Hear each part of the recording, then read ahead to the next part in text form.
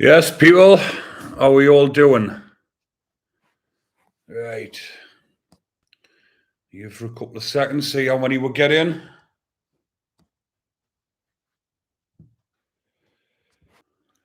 Neil, how we doing, pal? You all right? I was trying to put you down as a moderator, but I don't know how to do it. 2 seconds.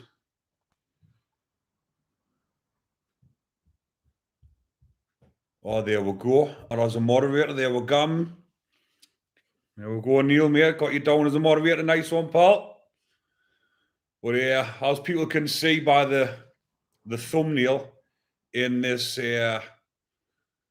live is Whitemoor, because anyone that doesn't know, the Whitemoor documentary is on tonight at 9 o'clock, and it's got Kevin Lane in. Most of you will know Kevin off when I've been speaking about him in the podcast that I've done with him. But Tony Tucker, yes, mate. Ron Love, yes, pal. Neil Stanwo, Alex McNeil, Mark Tierney, Karina, John B, Alan Bennett. Oi, oi, how we all doing? So yes, the Jamie Winfield, Tommy Martin, Marty, Anita Fruin. Good evening, everybody. Marty from Glasgow. David Gannon, how we doing, pal? Looking forward to watching that documentary as well, eh? Ben Johnson,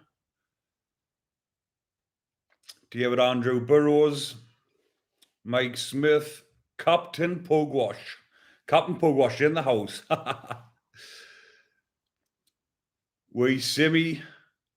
Hit the likes, people. Karina saying hit the likes. How many likes have we got? I think we've got 6 likes, and there's 54 people in the room. So come on, get them likes hit, get the algorithm going. Richard Porter, hi from Lancashire. Nigel Dunn, evening, bro. Hi, Wickham, Buckinghamshire. Jess, Dixie Dean, love from Scousland. Alison Scott, Chris B, Sonny Ryle, Leon, sorry, Ian Beals. It's not the Ian Beale off EastEnders, is it? Taz Groceries, how we doing, pal? So yes, that documentary's on tonight, and it's a follow-on from the Franklin documentary that I was in. And I think they've done Wakefield first, which is the original Monster Mansion. Then they've done Franklin, and they've done Full Sutton, and the one that's on tonight is Whitemoor Prison. And I can't remember exactly where Whitemoor is, but Whitemoor is a naughty jail as well, just like all the high security prisons or the 5 dispersal prisons.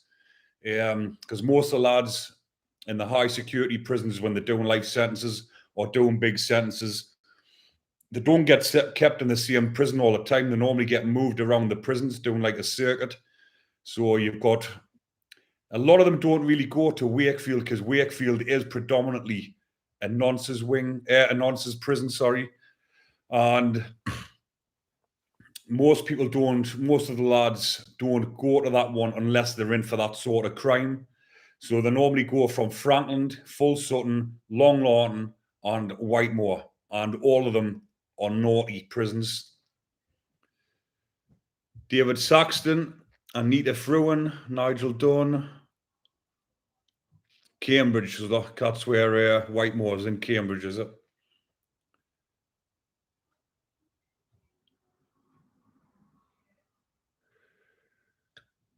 So Motor Hunter, Bedfordshire Rat Pack from Bedfordshire. He's got a question. He says, Ricky, what was your first go-to food when you got out that day? When you're seen on that Franklin documentary, that was the first time I got out properly after a big stretch, after just over 5 years. And on that Franklin documentary, they edited when they made it look quite funny. But if any of you's watched it, you'll know what I'm on about. Yeah, I talk about my wife being at the gate, where it was my girlfriend at the time, waiting for us. And then it edited to the bit where I've said, and all I could think about was a Big Mac. And I got out, and they were that small, I ended up getting 2 of them. So that's what I got when I got out the first time. I couldn't wait to get to McDonald's for a Big Mac. But in the 5.5 years that I was away that first time, I got out and you could fit two in the palm of my hand. They were that small. They were like that. Yeah, they were tiny. So I ended up getting two. But everyone in prison talks about fast food places like McDonald's, KFC, a proper pizza. These are the type of foods that you dream about when you're in prison. And then when you get out here and you've been out a while, obviously when I'm back out now, I've been out 2 years. Not very often I have a McDonald's not here because they're not that nice now, to be honest. Mike Ormond, love from Manchester. Cheers, pal. Appreciate it. But again, I will say what I always say. Thanks to all of you lot for watching this, watching my podcast, sorry, because my subscribers is going up massively. It's up to nearly 32,000, flying up. Some of the lads that I used to do, or that are their podcasts that I used to watch, a lot of them I've just totally took over them. Some of them that I've been on their podcasts, I've been watching a few of them. My subscribers has just went flying up. So I think in no time I'm going to get to that 50,000 subscribers. That was me aim for the end of this year. Then once I get to the 50,000, always set myself goals like this. Then when I get to 50,000, I'm aiming for that 100,000 subscriber mark. That's me goal that I want to get to eventually 100,000. I'd love to get to that. But some of my videos in the last 28 days, my channel has had 1.2 million views. So there's 1.2 million people or 1.2 million views across my videos. And if you think of it, I've only got like 32,000 subscribers. So a lot of these people that are watching this could be subscribers, and it would just make them numbers go right up. Karina, my man is out in 2025. He keeps going on about my Sunday roast. I know what Sunday roast he'll be on about, and it'll not be the vegetable one. But I bet he was thinking about all that type of food. But getting out and having a nice big Sunday roast, lovely. Kind of beat the Sunday roast with a big, nice Yorkshire pudding, nice big flaky one. Nigel Dunn, I was the same Mackey's. Andrea Partington, my boyfriend is in Ewell, craving a kebab. That's what it is when you're in there. You don't think of, obviously you're in prison and you're thinking about the greasy fat food. You want the stuff that satisfies you. You don't get satisfied off eating a salad, do you, unless you're a salad freak, or unless you're training like the way that I am now, because I do look forward to eating a nice food and I do like me salads, but it's got to have plenty of meat in. But in prison, you're thinking about kebabs, pizzas, KFCs, McDonald's. That's the type of food you want. Bit like whenever you've had a night out or anything like that the next day, all you're thinking about is greasy shit food to satisfy your hunger. Jojo, hi Ricky, just been watching the podcast with you on and your wife when I went live. Glad I discovered you. Thank you very much. That was the second podcast I've done. I thought it should be heard from the family's point of view as well, or the wife's point of view. She went through it as well. My wife, she's a diamond. She stuck by us all the way through. We've been together since we're about 18-year-old. I'm 38 now, so 20 years. But we got serious when I was due to get out of my IPP.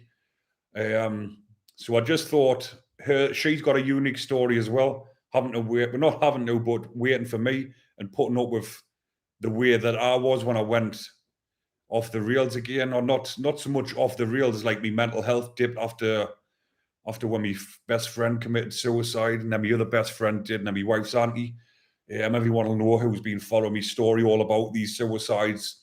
But that's what ultimately sent me back down that path of mental health and being down the wrong route. But my wife stuck by us. She had to sit and suffer watching me being the way that I was, and not being well mentally because of what I've seen. But if you haven't already seen it, go and have a look on my playlist. Go down. It's the second podcast that I ever done with my wife, and we had a good banter, good laugh together, and it was a really good watch. I enjoyed watching it back myself. Mark Ward, it's on Channel 5, mate, at 9 o'clock. Liam Gall, all right, Ricky lad, you been inside with any lads from Bishop Auckland? Yeah, when I went back in, when I went into home house, I was inside with a lad. I met a lad there, John Tom. He's a canny lad. I think he was, I can't remember exactly what he was in for, but he was the only one that I can really remember from Bishop Auckland when I went back in. Yeah, a couple of lads from down Crookway and all that. Yeah, I've met some lads from down that way that I was in with. Karina, it's so hard for us partners supporting our partners financially and mentally. It is. It's a massive strain on you women and family members out here waiting for your loved ones in prison. But if they're worth it and you know they're loyal and they're going to stick by you, then stick by them, be there for them and show them what you do care. Because when you're in prison, I don't care how much people say like it's a holiday camp, prison's a piece of piss. Once you're in there, prison's not a piece of piss, especially if you've got a wife or a girlfriend and you know you're upsetting them by being in there and you want to be out, you want to be with them. So if they are genuine and they are decent lads and you are sticking by them, show them that bit of love because it is hard for them. And I know it's hard for you out here, but hopefully when they get out, they will appreciate you and show you that love the way that I'm doing now with my wife, making up for what the lost time and everything. And like you can never take that back, but you can only make sure you don't make them mistakes again and just be the best partner you can for each other. If it's worth it, then make it work.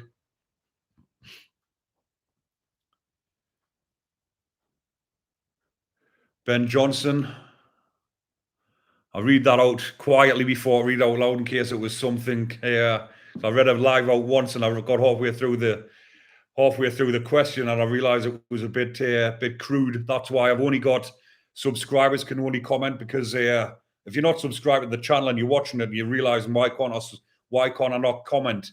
Because you've got to be a subscriber to comment on here just so I don't get any idiots saying daft things. But I had a sausage and bacon. My dad bought it on release. We went back to the coffee 20 miles back and ordered the same.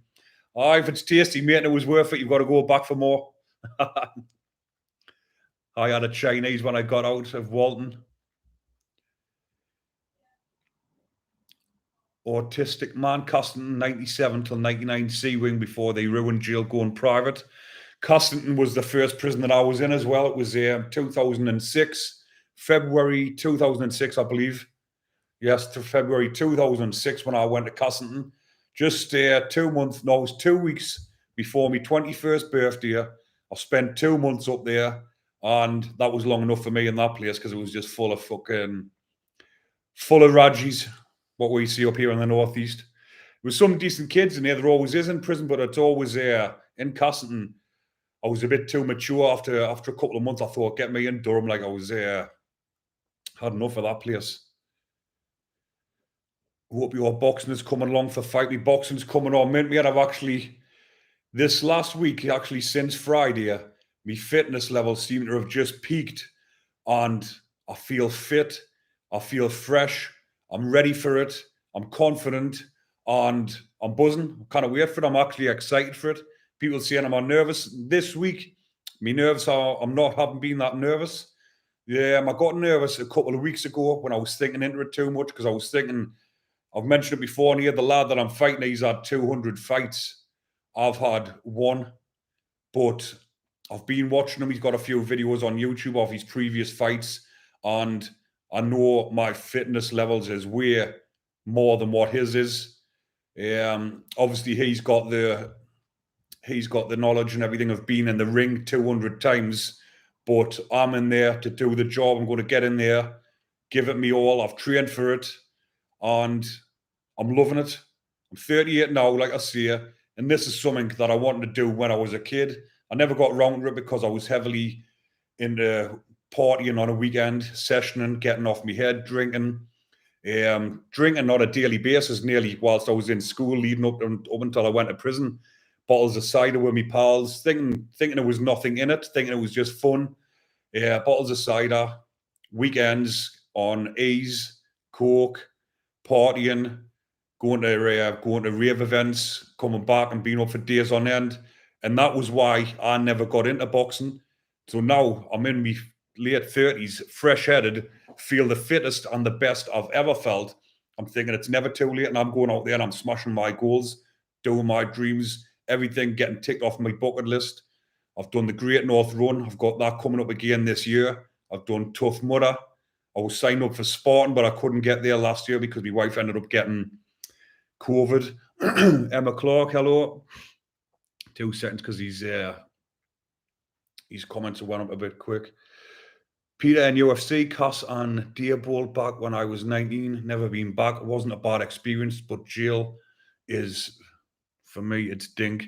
Absolutely, Peter. Jail's a fucking shithole. If you can avoid it, don't go there.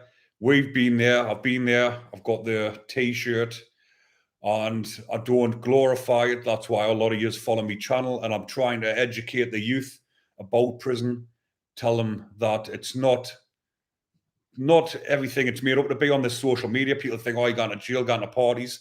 Load of bollocks. Oh, you can go in jail and you can party, but why go to jail to party when you can party out here and have a lead a pro-social lifestyle, you know what I mean, instead of being into all the nonsense and going to prison in and out because just not worth it.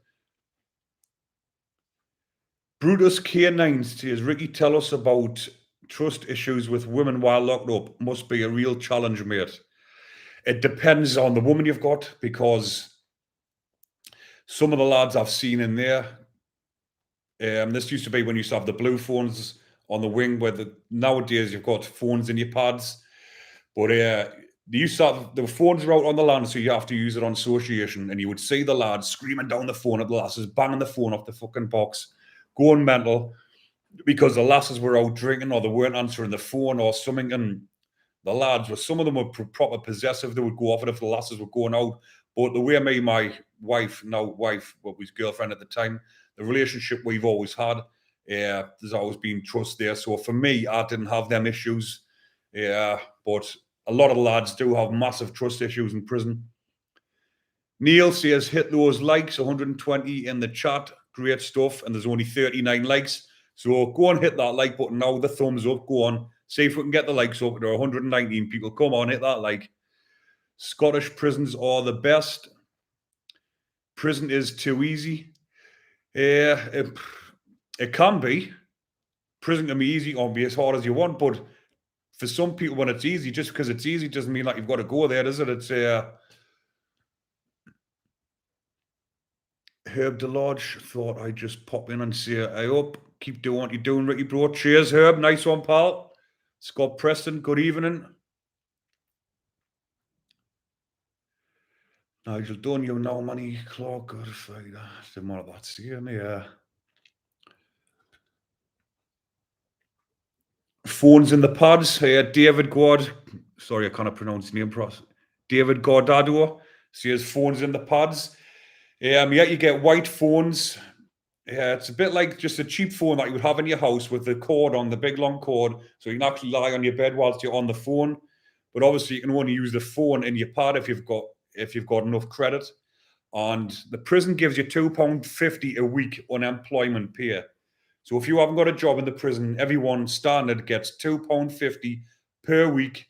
And that's for either phone credit or bits of food or whatever you want, or a packet of vapes. A packet of vapes in prison costs £2.50. And for me, I used to put about £15 a week on the phone, because if you're an enhanced prisoner, you can get £25 or £15 a week or £20, depends which prisoner you're in. Actually, some prisons you're allowed £20 a week transferred over into from your private cash into your spends account, and you can spend that whenever you want. You get a canteen sheet. Actually, now they've done away with the canteen sheets. It's all on a kiosk because it's all digital now.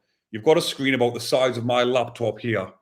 So I'd say about 12-inch screen, and you go on, and it's a touch screen, and you order everything on there. You order your phone credit, you order your applications, you order your canteen. And I used to put about £15 a week on phone credit. This was the last time I was in. I used to ring my wife 3 times a day, and that was to speak to the kids. I would speak to the kids before they went to school. I would speak to my wife during the day when she was by herself, so me and her could have a private conversation. And then on the night time, I would ring again to speak to the kids, say good night, and put them to bed. Right. Sorry if I've missed some of these comments. It's just they're going up that quick because there's that many people. Me more. Yeah, we have phones now. They were given a £5 credit each week. The £5 credit was given during COVID because when I've just mentioned about the £2.50 a week during COVID, it was national. It went throughout the prisons. Every prisoner was allowed £5 credit per week. But after a few months of being locked down through the COVID, some of the lads didn't phone anyone back home because they didn't have anybody. So this phone credit that they had, they were saving it up every week. So you're talking £20 a month. Within 6 months, they had £120 credit on the phone and they couldn't use it. So some of the lads were trying to get it converted into spends money so they could use it on the spends. And they put a stop to it. They wouldn't allow pass it on to another prisoner, and the prisoner would have to put their phone number onto their phone because you've got a phone list. You've got to put an application in to get your credit on. So some of the lads say they had £120 credit saved up. They would say to someone, give us £40 and you can have the £120 credit. But we just had to get their phone number put onto their account so they could use their phone. Loopholes and everything in prison. Brawling style, what if someone takes your password for the kiosk and runs up your credit? You've got to put a fingerprint in so no one can get on it without you. It's all fingerprint. So you put a finger or thumb to log into your account. So obviously no one can get in with it unless you're standing there. Luke Prohl, good evening. RM, hi Rick. Ben Johnson's, you get laptops now in Stoke Heath. Yes, there is a few of the prisons now where they get laptops and they've actually got loads of box sets downloaded onto the laptops that can do the emails because there's a thing called email a prisoner. So your family on the outside can actually write emails to you and they can say the emails actually come through. Once they've been processed and checked, they come through onto the laptop. So everything's on your laptop, your notifications come through. If you've got visits, how much phone credit you've got, everything is on this little, it's like a little iPad thing, what they've got in the pads actually. Emma Clark, Ricky, what did you enjoy to eat in prison? Yeah, I tell you what my favourite was, what a lot of the lads that have been in prison actually still eat it sometimes now, is noodles, rice, and Encona hot sauce. I've actually got some in my cupboard now. I still eat it. One of my prison habits I cannot kick, the Encona hot sauce. Tell you what, wait a second, I'll go and get the bottle.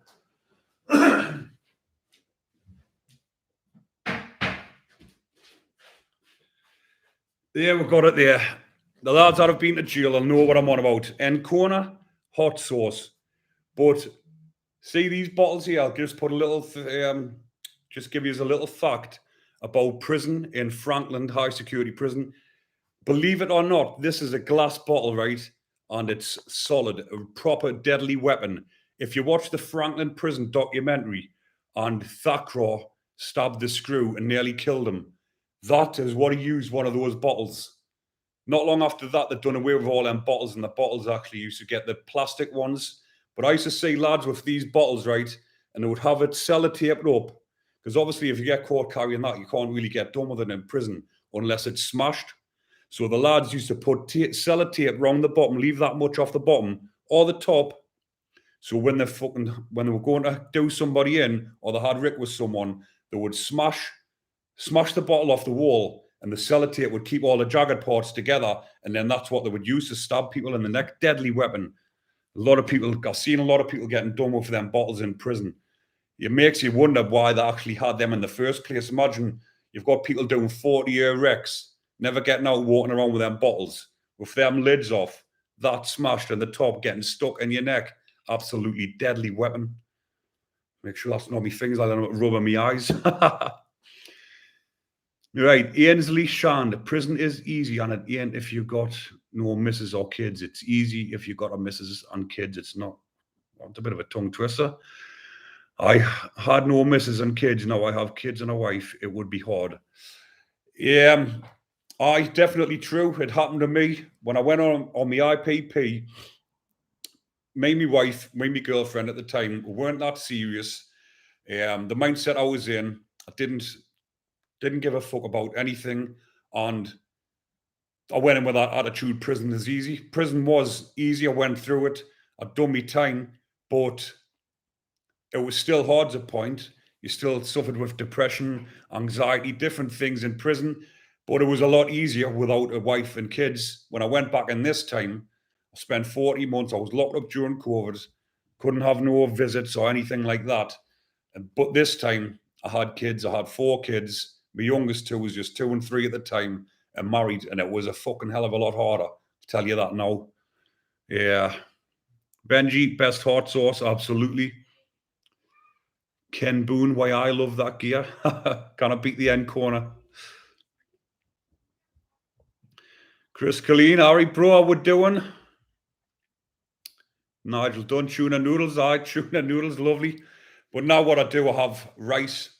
I have that pound packet of rice, a microwave rice. Lovely, fast, easy, healthy meal. Packet of rice, tin of tuna or a tin of mackerel, a load of that hot sauce. I think because I've been on it. I'm talking about, it's like I'm talking about me drug here. Because I've been on it.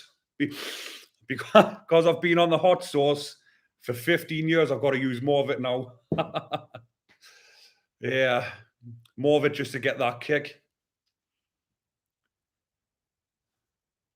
It's absolutely hot as out, MSC, and I might have to try. You'll have to try it, but it's red hot. Victor, so Chavi burst one in the shower block without the tape.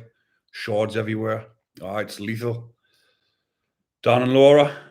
Hi, Dan and Laura. Better late than never. Of course it is.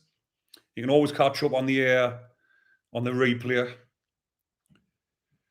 Karina, why do they sell tin tuna but don't sell tin openers, only nail clippers? They do sell tin openers, but it's the plastic ones with a grip on, and the crap, you can hardly open them. So what I used to use for a tin opener in prison, because some prisons you can't get tin openers, but some you can. And when Karina's on about there, when I was in a Franklin prison, have you ever had that? It's like the ring pull tins. I used to have fruit cocktail, and when you used to pull a tin off, I used to fold that lid over in half and bang it down so it was all flat. And then I would stick that in my tin of tuna and hack the tin of tuna open. And that's what I would use to open my tins of tuna. Or you had the little plastic mirrors in prison. They're about that big, make you look funny. You used to smash that in the tin of tuna and wedge it open. But the only problem with them, when you smacked it in the top to put the hole in, the water would splatter all over you and you'd be stinking a fish for the rest of the day. Unless you got showered straight away. Meanwhile, my podmate cried all day on Christmas Day due to his children. It's defo harder when you've got kids. Oh, absolutely. Richard Porter, give it a try, mate. I'm doing great with, he says, autistic man says, you're doing great now with gym and family life out here is much better, as you know. Absolutely. Like I've mentioned, I've never been happier. That prison sentence that I've just done was the worst thing that could have ever happened to me, but it was also the best thing because it sorted us right out. It kicked us right back into gear. It made us deal with all my issues and my problems. And I've come out a bigger and stronger man mentally. I come out, I mean, I had loads of stuff holding us back about my best friend when I found him, when he committed suicide. That messed me head up. It would mess anybody's head up.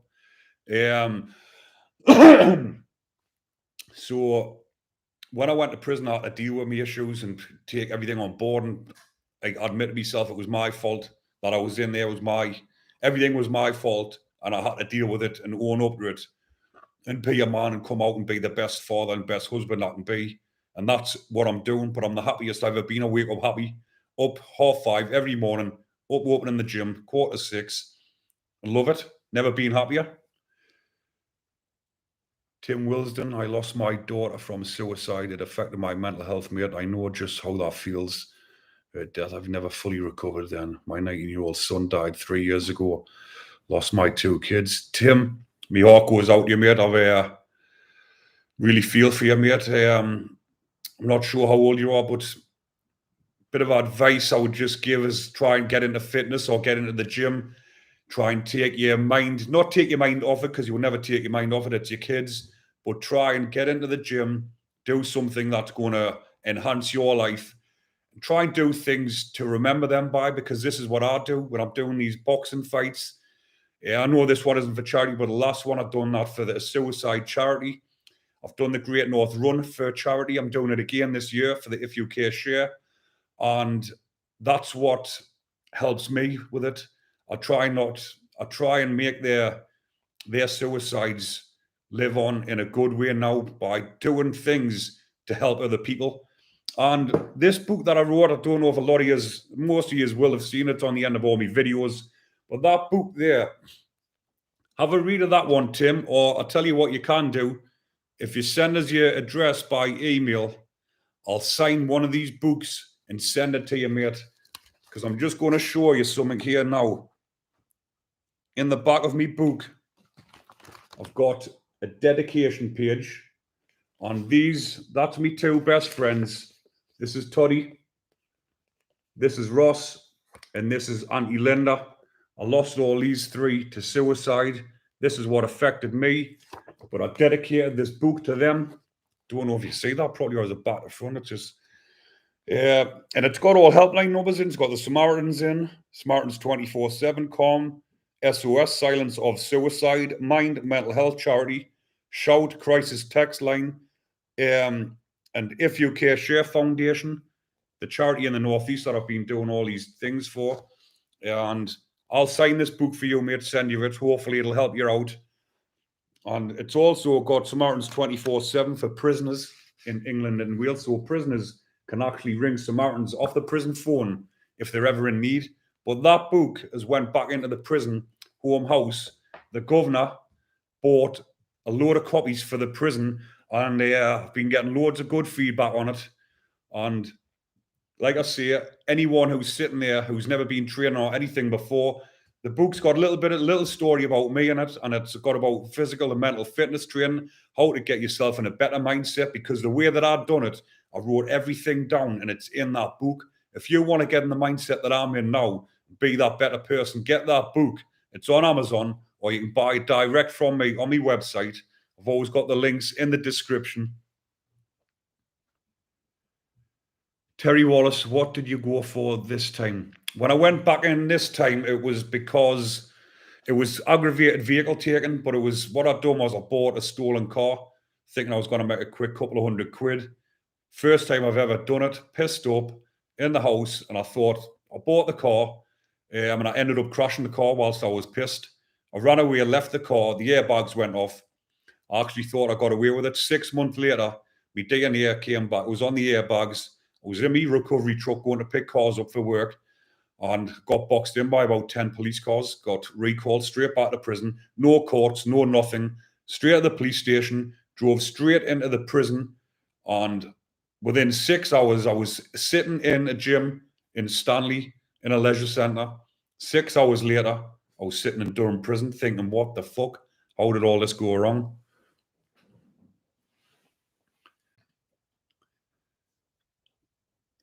Autistic Man says that's a great page in your book.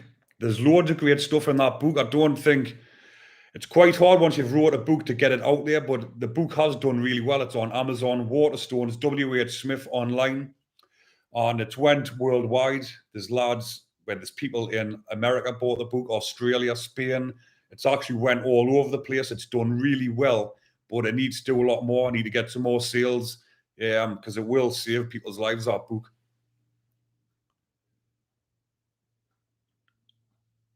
Stuart Joyce says, come on, guys, press the like button. Now, there's 100, lads and lasses, there's 143 people watching now on the live, and there's only 78 likes. If you're enjoying the content, hit that button. But I will let you in on another little story or little thing that I'm in the process of doing. That tattoo on my face, that teardrop. A lot of people keep asking us, what does it mean? What did you get it for? When did you get it for? I'm actually booked in to get it removed. Everyone knows the teardrop tattoo means you've either been to prison, or you've either, in America, means you've killed somebody. And it can mean a few different things. For me, I got it not long after maybe a couple of years after my friends committed suicide. I was in a depressing state of mind. I was getting pissed a lot, trying to blank it out. And every time I got pissed and I was down in the dumps and depressed, I was getting tattoos all over us. And I didn't realize at the time, but my wife told us, she says, it was like you were self-harming. Every time I was depressed and I got pissed, I was getting tattoos, and I'm covered in tattoos from head to toe. And nearly every one of them I was pissed when I got. And I got that one when I was pissed. I was sitting getting a tattoo done. Didn't even go to the tattoo shop to get that done.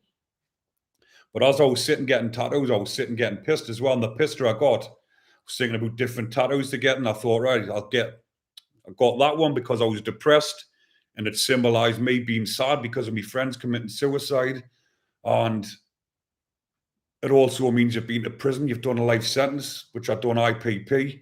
So I'm getting it removed. I'm going to get it lasered off. Hopefully it should remove easy enough because it's soft skin area.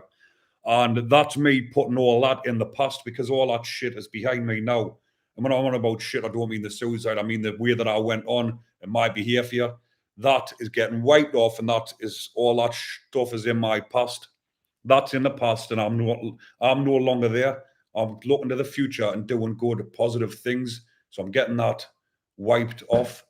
But what do you people think? Do you think I should leave the tattoo on because it's a story and it's a part of me? Or should I get it removed? Let us know your thoughts, people, because I've been toying with it, thinking, should I get it removed? Should I not? Yeah, well, let us know. Brutus K9, you're a good skin, my friend. Talking suicide issues, need to bring up all the speed. I am another thing I'll mention just for the new subscribers and the new viewers. In my gym up at Stanley, excuse me, I've actually set up, it's been running for nearly a year now. I've set up a group called Behind the Bars Support Group. And it's sort of the same logo. Apartment hasn't got a picture of me on. Behind the Bars Ruthless Fitness, the book's called. And my mental health group is called Behind the Bars Support Group. And it's supporting men over the age of over the age of 18 who are suffering with mental health or at risk of suicide. And this group is free of charge. I run it every single week on a Wednesday mornings at 11 o'clock. And since I've run it, I've helped a lot of lads. I've actually helped save lives. And that local charity that I've done, 2 seconds, that local charity that I've raised thousands of money for has actually, they brought somebody in that needed help from the Stanley area. And he didn't want to come by himself, this lad. So they brought him in. I'll not mention any more about it because everything that gets said in the group is personal. It doesn't go any further. But what I'm saying is, this lad that came to my group was absolutely nervous, shiting himself on his first time in. And within, I think he came about over a period of 6 to 8 weeks. And after 8 weeks, he was back to work. And I helped save this man because he was on the verge of suicide. And that for me, when he said thank you to me and the look on his face afterwards, that's my reward. And that's me doing that free of charge in my own time to help other people. Vicky, get it removed. Autistic man, leave it on. Remove it and get a more meaningful one somewhere else on the body. It is a part of you, Ricky, but if you're not comfortable with it now, then don't blame you. See the way me life when I'm going doing different meetings with professional people. That tattoo doesn't look very good, does it? But see, I'm still like 50-50 because it's all part of my story, and I'm always going to tell people my story. If I go to work, if I'm going to end up working with people in the future or go and do talks or different things. But we'll see. We'll see how it goes. Still haven't decided yet, but I'm booked in.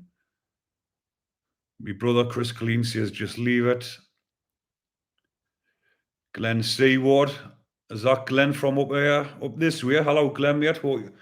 So pleased to see your life is going well, bro. Thank you very much, mate. Get it removed. You're living a different life now. I've had a few removed. That's me thoughts. See, once I wipe that off, that part of my life is in the past. I'll always talk about it, but it's in the past where it belongs. Is most sex offenders' food in prison corrupted because the cooks? No. Well, I will tell you a couple of tales about what happens to the sex offenders' food, or the nonces, as people refer to them at, or bacons, or VPs, the politically correct word in prison, a vulnerable prisoner. They're not very vulnerable when they're out on the streets attacking children, but they're vulnerable when they're in prison because they're vulnerable to attack of the other inmates because of what they're in for. And that's the reason why they call them VPs, vulnerable prisoners. But what's up in Accrington years ago, some of the lads that were working in the kitchens were sending the food over to the sex offender wings. And one day, the bowl, where a big tub, you've got 100 people on a wing. So you've got a big barrel of custard, and the custard, some of the lads in the kitchen had actually shot in the custard. So they were dishing the custard out and it had lumps of shit in it. But that was the sort of thing that was happening to the sex offenders with the food. They were putting all sorts in it. I remember one lad when you're on about food here, right? Listen to this one. When I was in Home House the last time, some lad come up telling us, thinking that this was funny, that he'd give somebody a flapjack with razor blades in. And it wasn't somebody that he hated. It wasn't someone that deserved it. It was just a normal, one of the lads on the wing. And he thought it was funny to put razor blades in the flapjack, and he'd give him it. I says, what are you playing? I says, you can't be doing that, you fucking idiot. I says, you need to go and tell him now. So he went round and he says, here, can I have that flapjack back? Somebody else wants it. Imagine he would have bit into that flapjack and ripped his gums to bits, and he was one of the lads on the wing. And these are the type of fucking idiots that are in prison, like, doing stuff like that. Stop Trolls says, have you been in Whitemoor? Haven't. The only high security I was in was Frankland. The Wandering Albatross, how we doing? Huntley will always have a price on his head. Hey, definitely.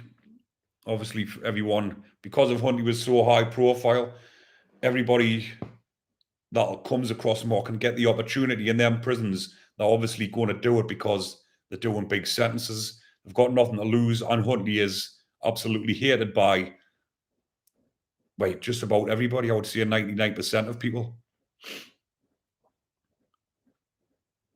Philip Crawford, would you work in conjunction with us at Man Health? Of course I would, mate. I'm open to work with anybody or anything that's got anything to do with mental health. If I can help in any way, even just coming along and doing a talk. Obviously, I've got to do a disclosure first before I work with anybody, but that's easy enough. But yes, of course, I've worked with changing lives. I've done talks with them. I go down, speak to people, speak to the lads. And my story is inspiring and it does help people. So I'm here to talk about it, to help more people, because who better to talk about problems and how to solve problems than somebody that's been there and done it and overcome it. So that is my way forward. And a little bit of other things that I'm into at the minute, or what's happening, because constantly at the minute I'm getting emails from TV companies and all sorts, getting in touch, wanting us to do different things. But I can't say it too much. You never can when you're just starting to do talks with people like this. But I've been approached and I've been asked to be part of writing a prison drama. There's going to be a prison drama, and I've actually been asked if I'll take part in writing the script, which obviously I've said yes, I will get involved. So I would love to do stuff like that. That's what I'm all about, So that's what I'm doing at the minute. There's another TV company being in touch, but they've said is what I spoke about. I can't mention again because of privacy and copyrights and everything like that. But like I say, there's loads of people getting in touch. But if any of you are watching this that have been in touch with us, bear with us. I will get back to you because I've got loads of people to catch back up with. Davy Robson, he's a Davy Robson podcast. I'm going on his soon. And the content PT. He's only got a small channel at the minute on YouTube, but I'm doing a podcast with him soon to try and help him boost his channel. And also it'll be good for me because it'll get more viewers and more subscribers. And like I say, I'm telling me story. Liam Gall, I'll be buying your book tomorrow. Thanks, mate. Night one. Yeah, take care, mate. See you later. Watching the 2 match. Upper Hague, I think that's pronounced. Warren Slaney, Innocence. Yes, if Warren Slaney is one of the biggest names in the high security prisons. He's been in for over 30 years now for a murder that he did not commit. There was actually, if you look into his case, I'll do another video on it soon and a video on him. If you look into his case, there was actually witnesses that come forward to say that they were with him on the night of the murder. And he still got convicted. But there's a lot of, I can't really talk about because I don't know that much about it. I'll look into it more before I speak about it. But have a look into it, people. There's a lot of interesting characters in them prisons that have got a whole load of stuff on Google, Wikipedia. Go on there, check them out. But Warren Slaney, getting back to him, he was is one of the hardest blokes in the Katia system. Everybody that's been in the prisons or knows anything about those prisons will have heard of Warren Slaney. He used to knock people out for fun. He wasn't even that big either, as big as me. He was there, but he could fight. He was up there with the likes of Kevin Lane, another big name. Walls End lad, you're smashing it, Ricky mate. Cheers, pal. Neil Stano says, leave the ink. Big Boily, that's better. Got the right name now, lol. Emma Clark, I plan at some point in looking at getting your book. Sounds amazing. Just knowing you wrote that in 23-hour lockdown. Thank you very much. Autistic man Kevin Lane is out. He's Matt Legg's buddy. Matt is a great lad as well. Yeah, well, I've been interacting with Matt. I only met him through YouTube and social media. I've met loads of people since I've been doing this YouTube. It's sort of got like, even the likes of you, a lot of me subscribers. Some of you have become online friends and stuff, emailing and different things. But yes, Matt Legg, my name's done a bit backwards and forwards talking on that. I've spoken to him on the phone. He's a lovely fella. Go check out his podcast if you haven't already. But I'm going to be, me and Matt are at some point going to get something together and do a podcast together. But I've done one with Kev, if you've seen it a few weeks back, about Charles Bronson. And John B, if the tattoo isn't holding you back, leave it on, mate. It's not a bad looking one. Like I see, I've got a big, massive one on my head as well. But that one on my head there, I'll just turn around so you can see it a little bit. That one there is a warrior tattoo. It means 3 sons and 3 warrior sons. I've got 3 sons and they're all little warriors in their own little way. But what we are now, it's at 10 to 9. I'm going to be knocking off in a couple of minutes, people, because I'm going to go and watch that Whitemoor documentary that's on Channel 5 at 9 o'clock. I might do the same. Dave Gunn, how you doing, mate? Hope you're keeping well. And I also hope Colin's keeping well. Pass me regards on to Colin. But yes, the documentary's on at 9 o'clock on Channel 5. But I might do what I've done with the Frampton one. I'll screen record it and put it on my channel. I know you're not supposed to do that, but if I don't monetize it, which I didn't do with the last one, then you're allowed to do it. So I will actually get them documentaries put on my channel. Yeah, we got in. I like Matt Legg. Matt's a good bloke. Matt done a podcast not so long back with Dave Gunn. Go and have a look at that as well. That was a good podcast. They had a good bit banter together.